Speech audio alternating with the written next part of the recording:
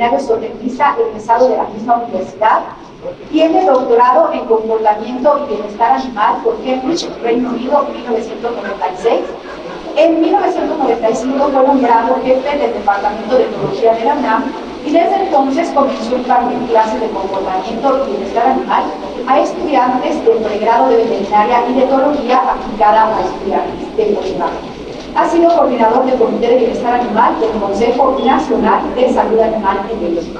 ¿Qué tal? Buenos días. Muchas gracias por la presentación y gracias por la invitación especial al doctor José Luis Mayor, que no lo veo por aquí ahora, y a la Federación Paráfila Mexicana, y felicidades por esta iniciativa. Yo voy a tener la oportunidad de platicarles un poco acerca del concepto de bienestar animal, del fundamento científico del bienestar animal. Es muy importante hacerlo porque es así como podemos utilizar un concepto objetivo basado en ciencia que sea útil para aplicarlo posteriormente en documentos legales y en cualquier agenda y política pública. En atención a los invitados del extranjero, la diapositiva está en inglés, pero la plática va a ser en español y me parece que hay traducción simultánea, entonces voy a procurar hablar despacio para que pueda llegar el mensaje.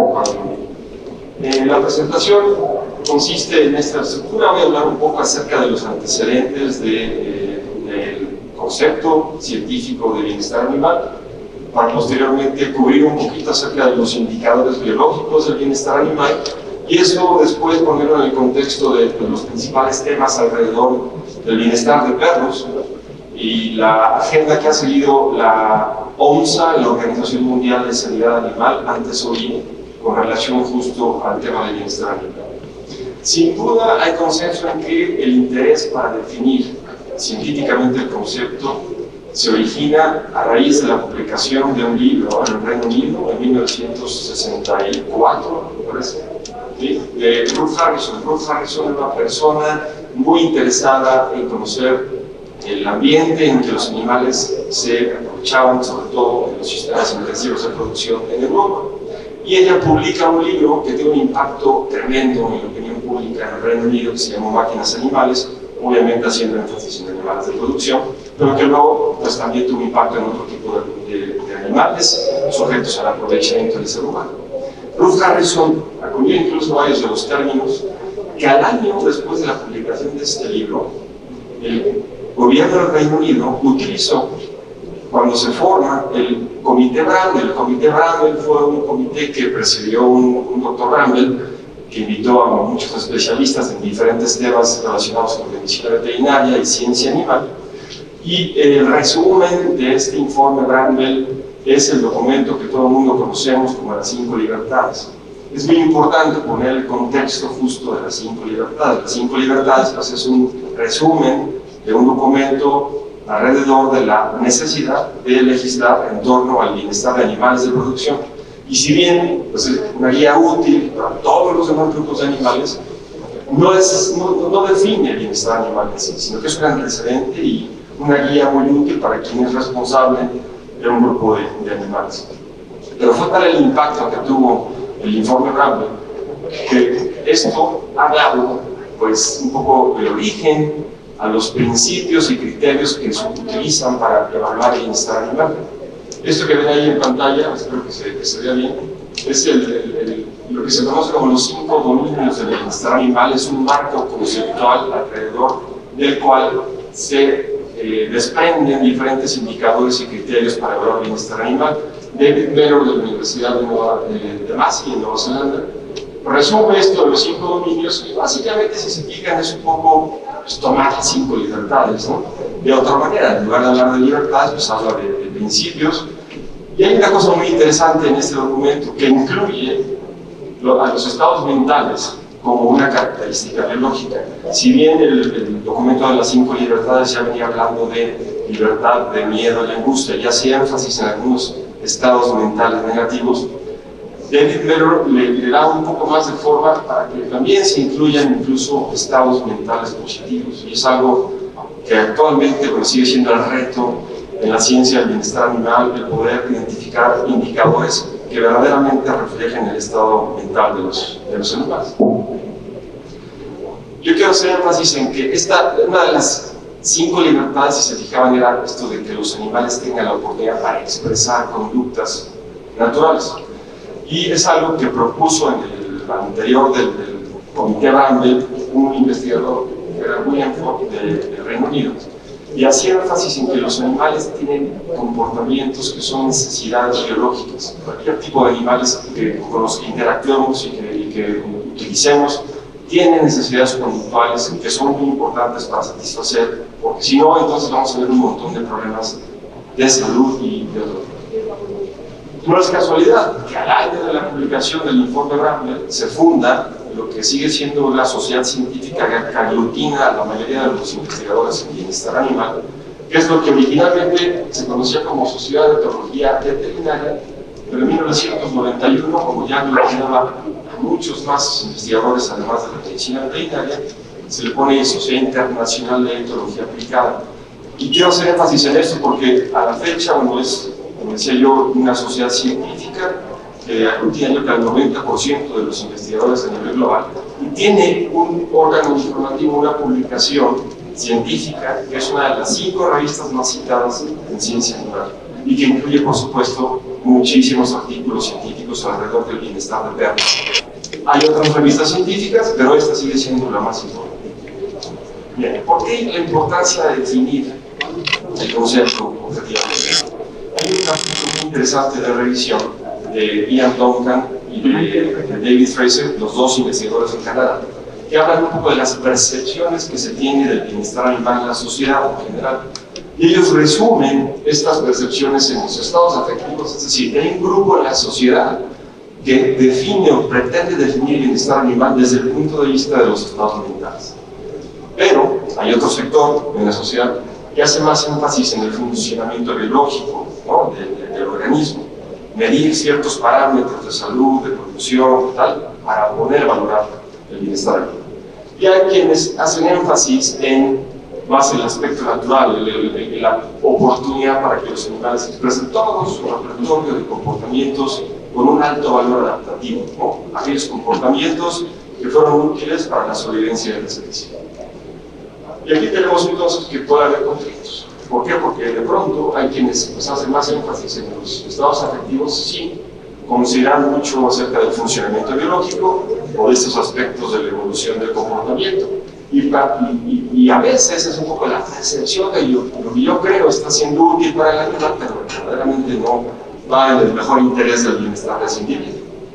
Y por otro lado, pues hay quienes hacen más énfasis en esto del funcionamiento biológico en cuanto a variables fisiológicas, longevidad, ganancia de peso, incidencia y prevalencia de enfermedades, etc.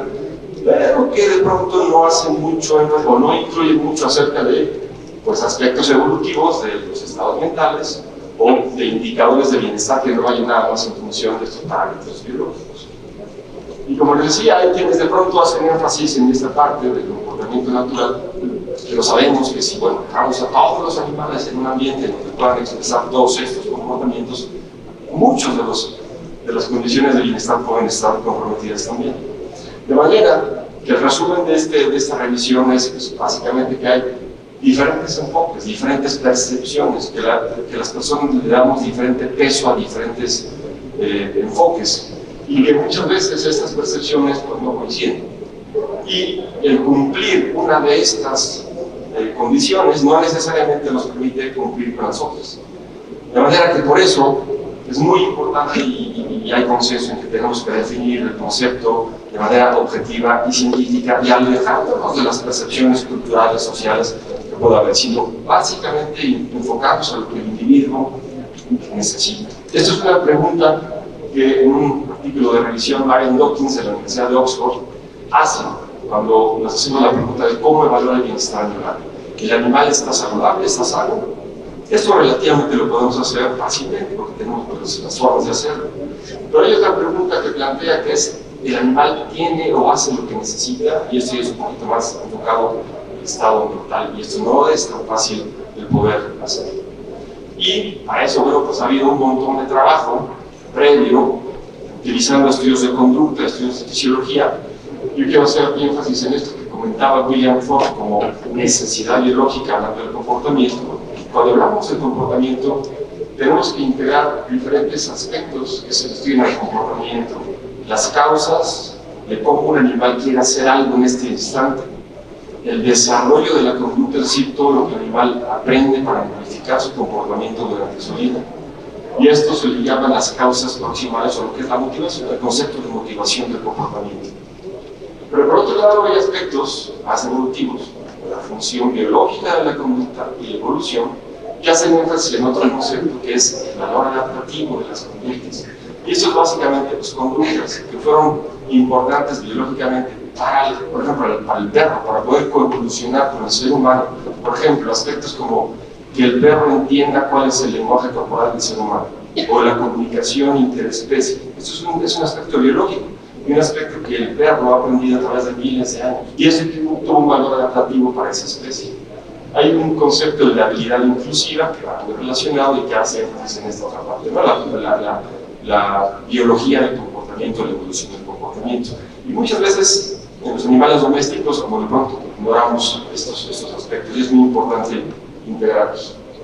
Esto es la base para luego entender cuáles son los sistemas biológicos de respuesta al ambiente que utilizamos justo para medir bienestar animal, o estos dominios que presentaron en el primero. Uno de ellos es el estado mental. Como decíamos, el estado mental es una característica biológica, no es un don divino del ser humano. Los animales han evolucionado para experimentar estados mentales, al menos estamos hablando de los vertebrados. Y estos estados mentales son útiles para cambiar la conducta en el momento que sea necesario y modificar esos aspectos de respuesta al ambiente para pues, evitar problemas y poder desafiar diferentes retos exitosamente. Y otros que son los que realmente utilizamos para medir algunas variables, pues son esto del comportamiento y todo lo que es la fisiología del estrés y el dolor. Si bien no podemos nosotros medir directamente el estado mental de un animal, porque sería una experiencia subjetiva, es una construcción mental que solamente pues, ese individuo puede experimentar, sí podemos echar mano de indicadores de conducta o indicadores fisiológicos para poder acercarnos a valorar el estado. Bueno, de esta manera es como el concepto de bienestar animal se define, utilizando estos sistemas biológicos de respuesta al ambiente. Se define como un término relativo, no es un término absoluto, es decir, el estado absoluto de bienestar no existe. El bienestar de un individuo, incluyéndonos, es desafiar exitosamente los retos constantes que nos imponen diferentes cambios ambientales. Si el animal puede desafiar exitosamente esos retos, pues el nivel de bienestar es positivo. Si no, pues el nivel de bienestar puede ser negativo. Entonces es un concepto que hace énfasis en este aspecto relativo. Esta es la definición que actualmente utiliza la OMSA, la Organización Mundial de Sanidad Animal, y se basa mucho en un concepto propuesto por Von Bloom en la década de los 80 en el Reino Unido. Se hace énfasis en una escala cualitativa utilizando estos datos cuantitativos. Es decir, hablamos de un nivel positivo de bienestar si vemos nosotros estos indicadores de comportamientos normales o biológicamente importantes, si vemos una actividad animal normal, respuesta inmune normal, éxito reproductivo, a un nivel pobre negativo de bienestar si vemos justo lo contrario. Entonces es una escala cualitativa que nos permite valorar objetivamente pues este grado, este nivel de bienestar. Entonces, por lo mismo, hacemos énfasis en que el concepto de bienestar animal es objetivo, se basa en ciencia, se basa en estudios de conducta, en respuestas fisiológicas, estudios epidemiológicos, se refiere a la condición biológica del animal, no lo que se le proporciona al animal. El concepto de bienestar animal incluye el concepto de salud, es más amplio que el concepto de salud, y no debe ser usado como sinónimo de protección animal. Protección animal es un concepto que se refiere a las obligaciones éticas de la sociedad, de las personas hacia los animales, pero el bienestar animal se refiere a la condición biológica. Bien, dicho lo anterior, bueno, pues ya en materia del bienestar de perros, aunque no es necesariamente mi área, yo trabajo más en temas de conservación, sostenibilidad, pero me gusta muchísimo también el tema de cómo la ciencia ha ayudado a definir una política pública en diferentes grupos de animales. Regresamos a la pregunta de Marion Dawkins. ¿El perro está saludable? Lo podemos medir. ¿El perro tiene o hace lo que necesita? Eso es la pregunta que tenemos que hacernos. Y sobre todo, esa pregunta hacerla en función de las diferentes formas que tenemos para interactuar con los perros. Porque no todos son animales de compañía, y bueno, con la vida hay muchas formas distintas de que un animal sea de compañía. Entonces, como todos ustedes saben, pues hay grupos de animales o de perros que usamos como animales de compañía, pero hay otros que se usan más para actividades deportivas o en la investigación biomédica, en animales de trabajo, en exhibiciones, que por supuesto es un tema muy relevante para este congreso, pero también tenemos un montón de perros que han sido abandonados. Y todo esto tiene una relación, Luis, la forma en poder diseñar los protocolos para evaluación científica y práctica de los perros pues será útil para todos los tipos que tenemos de interacción con ellos.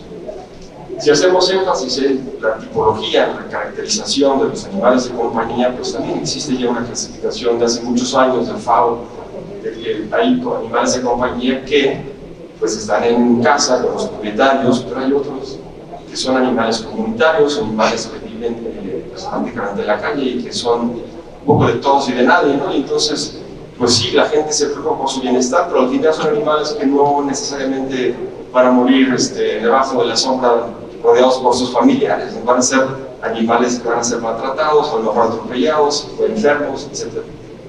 Y por otro lado tenemos pues, un montón también de animales que viven en condiciones silvestres, y eso es una agenda que hay que atender de manera integral.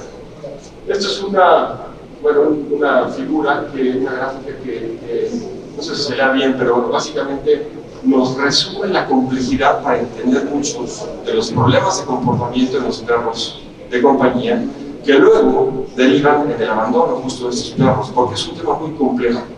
El desarrollo del comportamiento, la autogenia, como decíamos hace rato, desde el cuidado materno, la forma en que se destetan, la relación que tiene con la madre, la socialización temprana con personas o con otros animales, y por supuesto el tipo de interacción con los propietarios y esas etapas sensibles de socialización en una edad más adulta.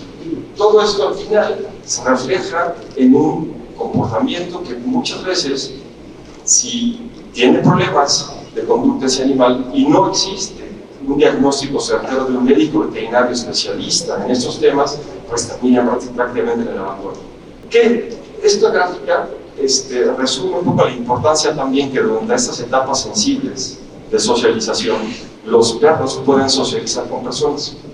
Es un estudio de Genesis, me parece, del 2000, que miden durante 5 semanas el impacto que tienen 20 sesiones de interacción con una persona durante esas 5 semanas en cortisol plasmático. Y como saben, cortisol es una hormona que tiene que ver con desafíos de relación a estrés crónico. Entonces se mide la actividad adrenal.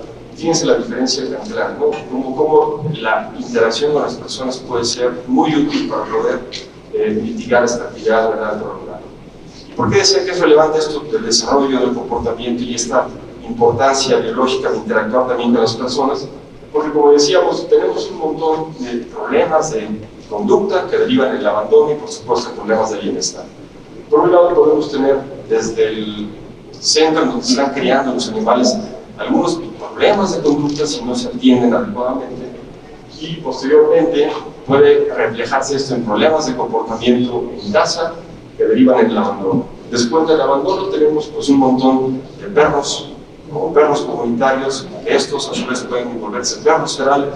¿Cuál es el remedio? Pues el remedio es llevárselo al perro a los centros de control canino, donde por supuesto, en el mejor de los casos, es a veces adoptado, o bien es eutanasiado, y muchas veces las formas de eutanasia pues, son las más deseadas. Y acá de los problemas de comportamiento en los refugios, bueno, pues también, idealmente, si tienen buenos programas de adopción, pues estos éxitos para que esos perros puedan regresar a un hogar con personas, pero muchas veces el éxito de estos programas de adopción pues, no es tan alto. Entonces tenemos que preguntarnos cómo poder atender todo este flujo de problemas de comportamiento que al final se integran y que tienen mucho que ver con estos problemas de comportamiento en el desarrollo del individuo, en el desarrollo del y la relevancia de que en cada uno de estos lugares también a veces pues, tenemos problemas relacionados con la forma en que se manejan los animales o el tipo de alojamiento. Y sabemos que uno de los temas de mayor conflicto o los temas de mayor interés es atender de los problemas del común de bienestar en genes. De manera que es importante entender cómo en este flujo pues podemos utilizar protocolos para evaluar bienestar de perros en genes que puede ser útil para atender muchos de los problemas en todo este flujo. Y esto es particularmente relevante porque muchas veces, esto es la isla de Cozumel, acá en México. Hicimos un trabajo hace tiempo con una ONG, el IFAO, de cómo las poblaciones de perros, en este caso en la isla y también en la isla de Dominica, pueden tener una interfase interesante. Perros que originalmente están en la ciudad, en casas, con comunitarios que son abandonados, luego pueden pasar a otras zonas más rurales, a rancherías, ¿no? Que ya vemos aquí pues sí, simplemente es como una especie de ranchería. Y acá está el basurero de la isla, y vemos que hay un montón, 20% de muchos de estos perros que están en las rancherías acaban luego como perros ferales en las rancherías, digo, en el basurero de la isla. Entonces es una muestra de cómo puede haber una interfase en diferentes poblaciones de perros, de manera que el atender los problemas oportunamente permitiría también resolver pues, mucho de este intercambio de poblaciones, de individuos de poblaciones. ¿Y por qué? Porque al final sabemos pues, que muchos de estos problemas de bienestar y de comportamiento de los perros pues, tienen un impacto en la sociedad que hay que atender.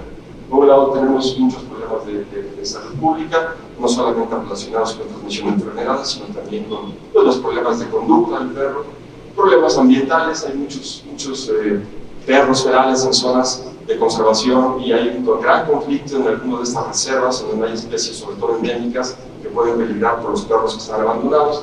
Y por supuesto problemas de bienestar del perro, porque como decíamos, son poblaciones de perros que no tienen resuelto, ¿no? La forma de controlar o de resolver muchos problemas de bienestar.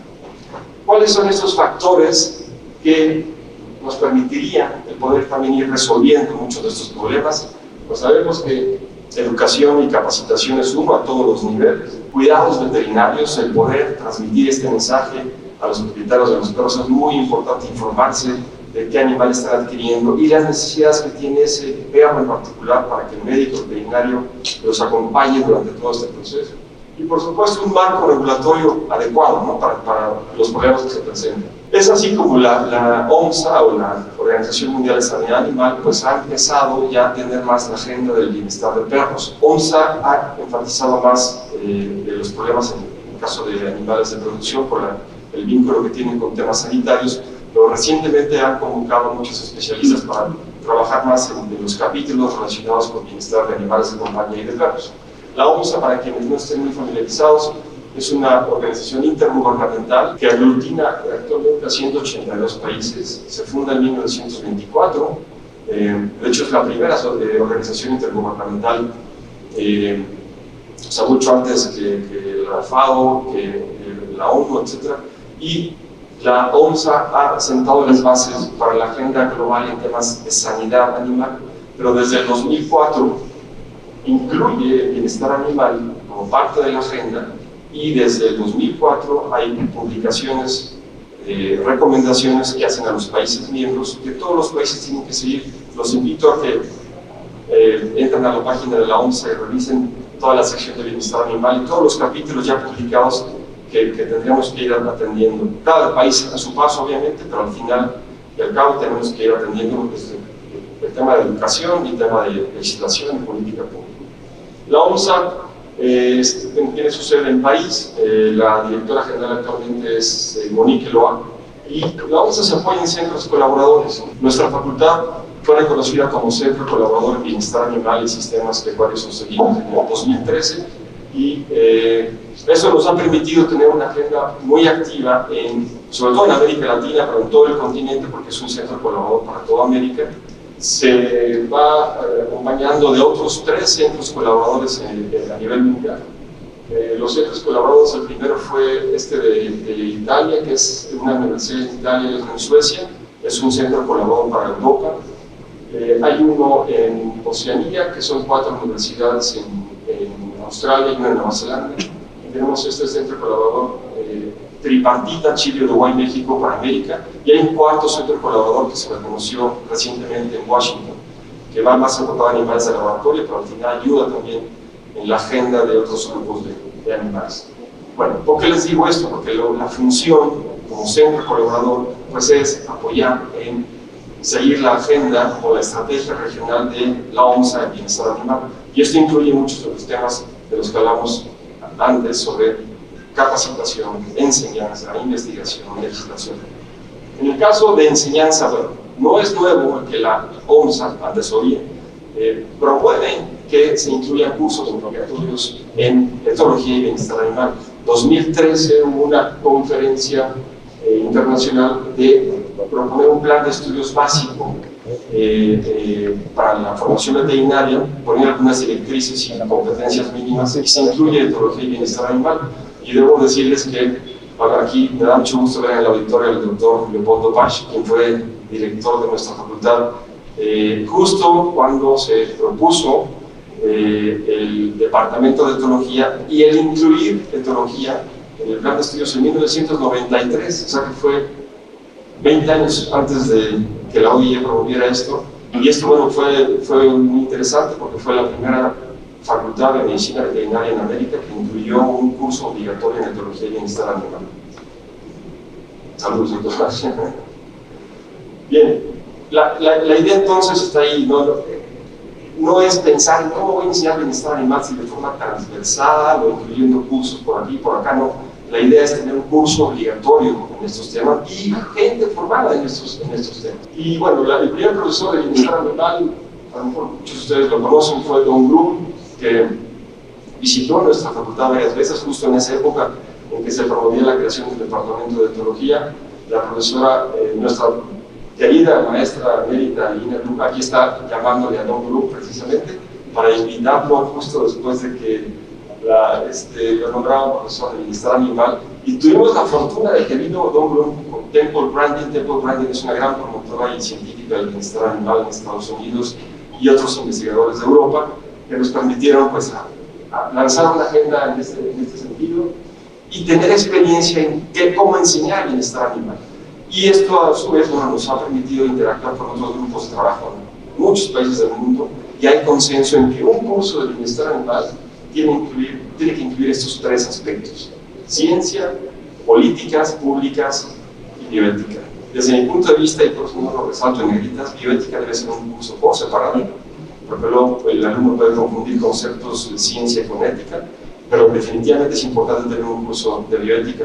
Pero al final se integra de esta manera lo que es la enseñanza del bienestar animal. Ya no quiero hacer mucho énfasis en esta parte, que es el componente científico, pero básicamente es incluir en el plan o en el programa de esta asignatura pues, conceptos básicos que tienen que ver con lo que ya platicamos de etología, aspectos de la evaluación científica, indicadores biológicos del bienestar animal y pues las aplicaciones, ¿no?, en diferentes grupos de animales. Y esto es muy importante porque pues, cuando hablamos de bienestar de animales de compañía no es igual que hablar de bienestar de animales de producción. Es decir, la forma de evaluarlo puede ser la misma, pero la forma en que se aplique pues, va a ser inherente a la forma que tenemos de aprovechar esos grupos de animales, ¿no? Hemos participado también en esfuerzos para una educación en preescolar formal, y esto es un estudio piloto que hicimos hace mucho tiempo con esta ONG del FAO. Aplicamos una carpeta didáctica para niños en preescolar con 10 temas, y fíjense, una pregunta muy sencilla en un grupo testigo antes del uso de la carpeta y en el grupo de estudiantes de niños y niñas que pudieron usar la carpeta. ¿Qué es lo que un animal de compañía necesita para vivir bien? Quienes no recibieron la carpeta pues contestaban agua y comida.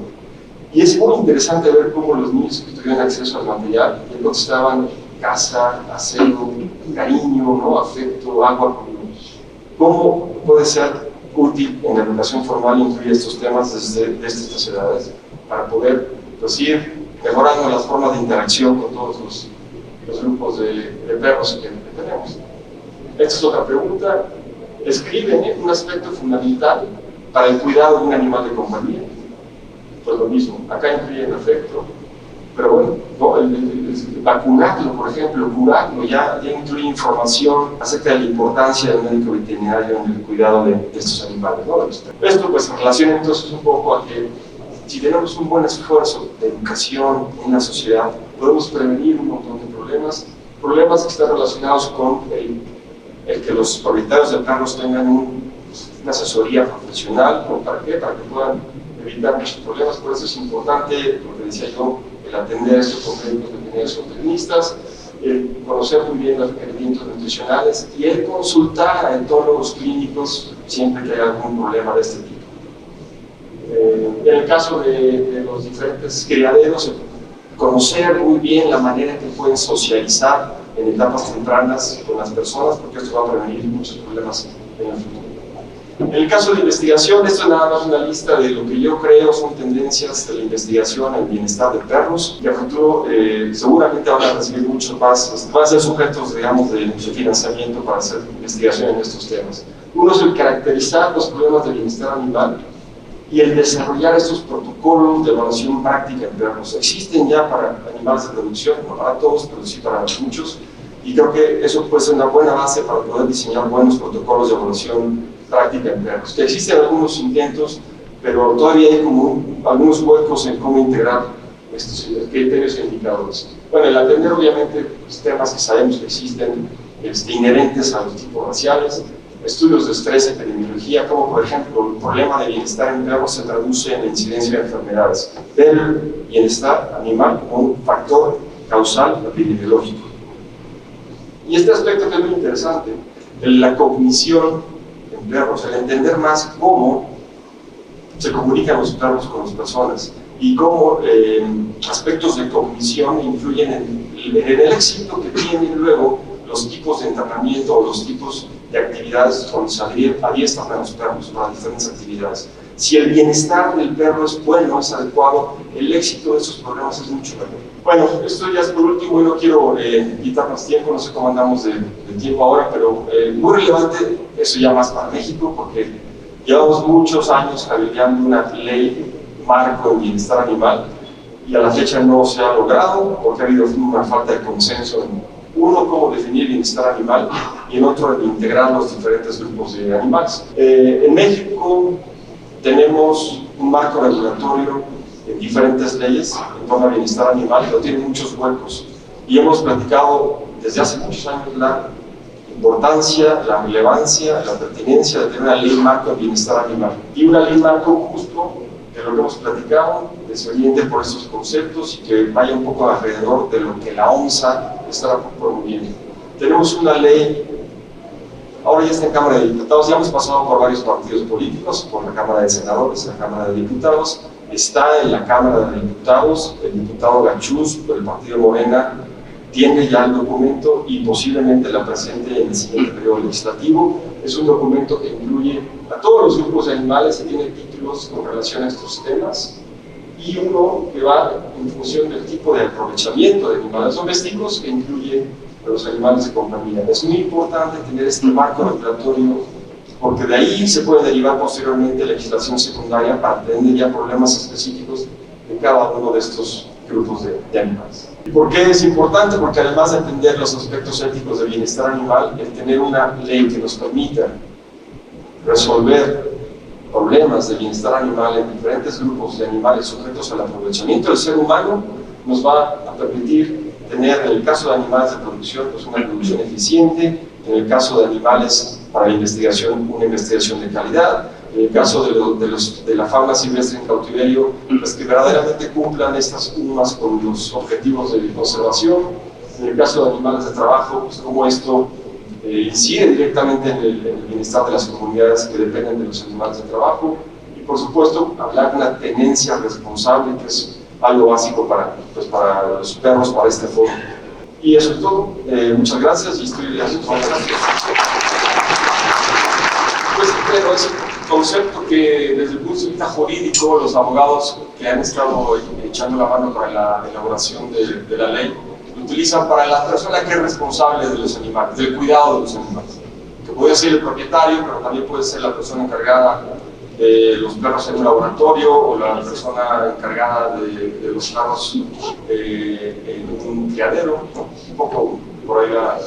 Me refiero a que cuando el gobierno casi siempre está viendo cosas nuevas, como aquí la tenencia de animales, se estaba pensando que iban a tener un costo, un costo así como tenencia de placas o tenencia situación al respecto, en el cual yo creo que antes si es que va a ser así, cuando están metiendo eso el gobierno, deberían también pensar primero en el control de perros de calle. Yo vivo en un pueblo y cuando llegué casi no había perros de calle.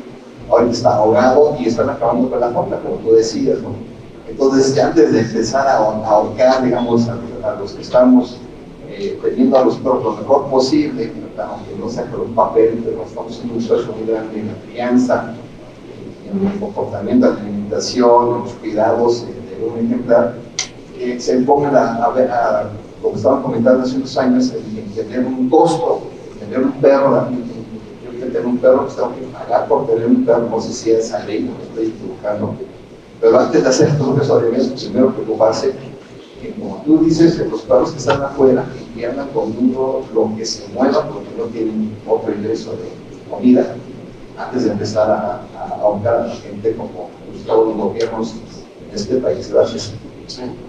Sí, no contempla ese costo adicional o impuesto, ¿no? Sé que en varios países de Europa ya lo tienen, pero no esta ley no incluye eso. De hecho, se han hecho varios estudios de si incrementa o no el presupuesto del gobierno federal para la aplicación, para su implementación, y tampoco no incluye ese tipo de costos adicionales. No, la idea es proponer una ley marco, principios generales del bienestar animal que ya se incluyen en las recomendaciones de la OMS, para que ese marco pueda eventualmente permitir ya una legislación más específica por grupos de animales. Y yo estoy seguro que ese sería un tema ya, quienes son los actores más involucrados en los animales de compañía, pues tendrían que... Quiero preguntarle, ¿qué es lo que pasa con los animales de investigación? Y me refiero en especial a los gatos. En otros países hay una legislación y hay una protección para estos animales que se están utilizando para investigación, incluso se ha derivado hacia otras especies como el pez cebra para hacer investigaciones toxicológicas y otro tipo, para no impactar tanto en los animales de compañía. Entonces quisiera yo saber qué se está haciendo en relación a nuestro país, porque me queda muy claro que en la Unión Europea son muy ordenados, hay leyes muy especiales y las cumplen. Entonces, ¿aquí qué está pasando? Porque hay colegas que hacen investigación a petición de algunos laboratorios farmacéuticos. Yo veo que no están siguiendo ningún principio de bienestar, sobre todo para los gatos. Yo lo he visto. Lo que esta ley marco propone en el capítulo de animales para la investigación es básicamente basarse en la norma oficial mexicana que ya existe, que en México tenemos una norma oficial mexicana que el CONASA ayudó a elaborar hace más de 20 años y se ha ido, o sea, la ventaja de ser una norma es que se ha ido actualizando. Puede que tenga algunos huecos en función de algunos grupos de animales que se utilizan para la investigación, pero incluye perros y gatos. Lo que la ley propone, además de lo que ya está en la norma oficial mexicana, es la creación de comités de bioética en cada institución que vaya a hacer investigación con diferentes grupos de animales. Y que estos comités de bioética pues, sean plurales. Eso es un poco lo que les puedo yo platicar acerca de cómo esta ley pretende actualizar el tema. Pero coincido que a nivel internacional la OMS tiene un capítulo del bienestar de animales para la experimentación que vale la pena atender de manera más puntual con la legislación local. Doctor, muchas gracias por su ponencia, muy interesante. ¿Sí me escuchas? Sí, pero yo quisiera profundizar un poco solamente en la cuestión de la legislación y hablando más de cuestión local, algo más de México, por ejemplo. Pero está muy bien todo lo que hablemos y discutamos y lo que se discute sobre el bienestar animal, pero mientras no exista un marco regulatorio, una ley que lo establezca, lo defina, pues sigue siendo muy complejo el poder aplicarlo y definitivamente eso puede llevar mucho tiempo. Mi pregunta va dirigida a que en lo que eso pasa, en lo que eso sucede, ¿qué podemos hacer todas las personas que nos dedicamos a la crianza, a la nutrición, a al cuidado, ejemplares. ¿Cómo podemos incidir en que ese bienestar animal realmente se vea reflejado en los animales que convivimos permanentemente? Porque si nos esperamos a que los legisladores se pongan de acuerdo para poder tener un marco regulatorio, creo que se puede llevar muchos minutos. Sí, gracias por la pregunta. Sí, coincido porque, pues, como comentaba, llevamos más de 15 años tratando de que esta ley se pudiera dictaminar. De hecho, bueno, el doctor Pacho lo mencioné hace rato también, hace muchos años nos estuvo ayudando en el cabileo de la iniciativa del Senado, y efectivamente de pronto siempre hay, aunque se percibe como un tema inocuo, no lo es, porque de pronto hay muchos intereses distintos y posturas o percepciones que luego pueden entrar en conflicto. Yo sí creo que de todas formas ayuda a tener una ley marco para todos los animales, que ya esto, como decía yo, pueda derivar en legislación secundaria. La ventaja es que hay mucha información ahora, si la comparamos con hace 15 o 20 años. Y yo, bueno, un poco ya atendiendo la pregunta puntualmente, hay muchísima información disponible de muchas ONGs. Yo colaboré mucho con una ONG que es el IFAO, IFAW, International Fund for Animal Welfare, que tenía una oficina en México para América Latina. Tiene un programa de bienestar de animales de compañía excelente, con muchos manuales publicados que están en línea. Y así como el IFAO, pues hay otras, la Humane Society International. Creo que las ONGs en ese sentido han hecho muy buena labor de difusión, de materiales que pueden ser útiles para el manejo de animales en diferentes situaciones o de perros.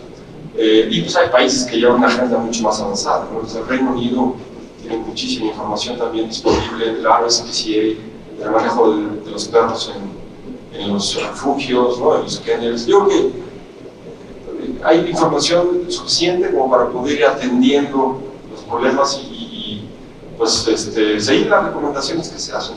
Si eso eventualmente deriva ya en un marco regulatorio exitoso, sería lo más deseable. Yo quiero enfatizar que, bueno, cuando da una vuelta buscando todo, ya de repente es de responsable y ya no se da cuenta cómo ocurrió todo eso hasta que empiezan las reseñas históricas. Pero si hay alguien que puede redactar la ley como persona, él solo es Francisco Galindo, realmente ha estado detrás de todos estos años. Y la ley podría quedar redactada en una forma que pudiera aplicarse de una forma objetiva y útil mañana, ¿verdad? Porque el concepto lo tiene él sobre todo muy claro. Y si las comisiones de las cámaras del Congreso actuaran mucho más técnicamente y mucho menos políticamente, ya tendríamos ley. Y eso no les queda. No es una cuestión técnica o de incluir o de excluir, está muy bien pensado. Tomen en cuenta que la ley es de bienestar animal y tomen en cuenta la cantidad de huevo que consumimos, la cantidad de carne que comemos, la cantidad de leche que se distribuye, y esos animales entran en la ley y ellos tienen que tener condiciones de mantenimiento, de transporte, de sacrificio. Se sacrifican millones. Entonces tiene que hacerse bien, y ahí está la gran carga de aportación al bienestar animal, y por eso urge, porque nos olvidamos de todos esos animales sin pensar en que los animales y los humanos hubieran evolucionado perfectamente. Y la sociedad sin animales no.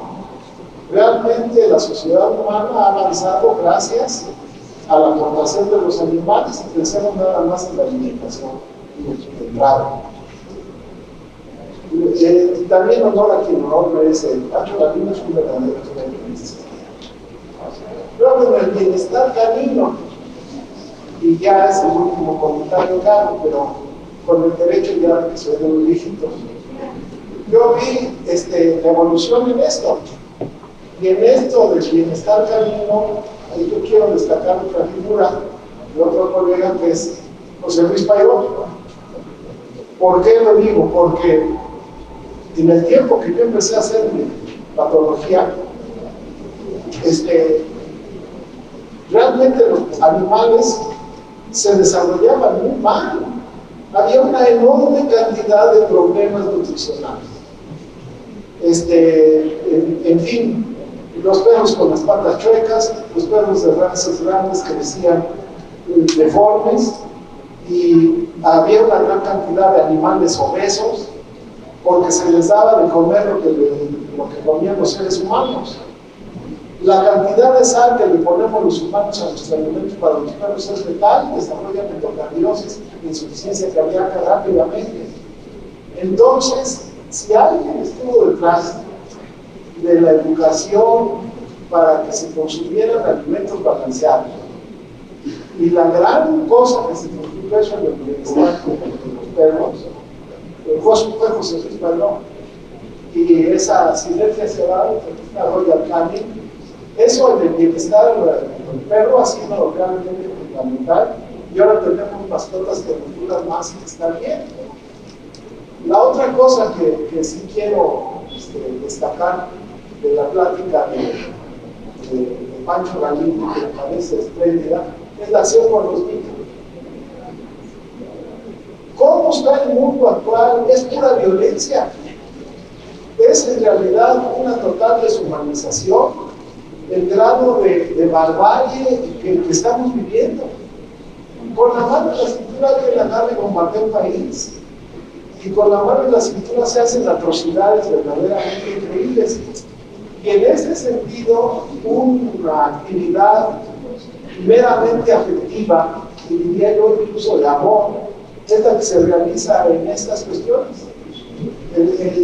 La convivencia con el perro y con las mascotas en general, pero muy particular con el perro, es una convivencia afectiva profunda. Cuando llego a una plaza cansado, yo lo primero que sale es el perrito, mueve la cola y si pudiera te abraza y te da un beso. Entonces, eso cambia la situación, y el hecho de que los niños empiecen a participar en esto desde temprana edad, pues lo único que vamos a tener es una sociedad más sensible, menos brutal, y esto yo creo que es una aportación de la sinofilia, de la canofilia, muy importante para la sociedad humana, y del perro en el vínculo con el ser humano. I want to thank the FCI board members for giving Mexico the opportunity of having this important World Congress for Welfare and Health for the dogs worldwide. We are really pleased, and thank you so much for giving us this great opportunity. And also I want to thank all the speakers from all over the world who participate in this great event. Thank you.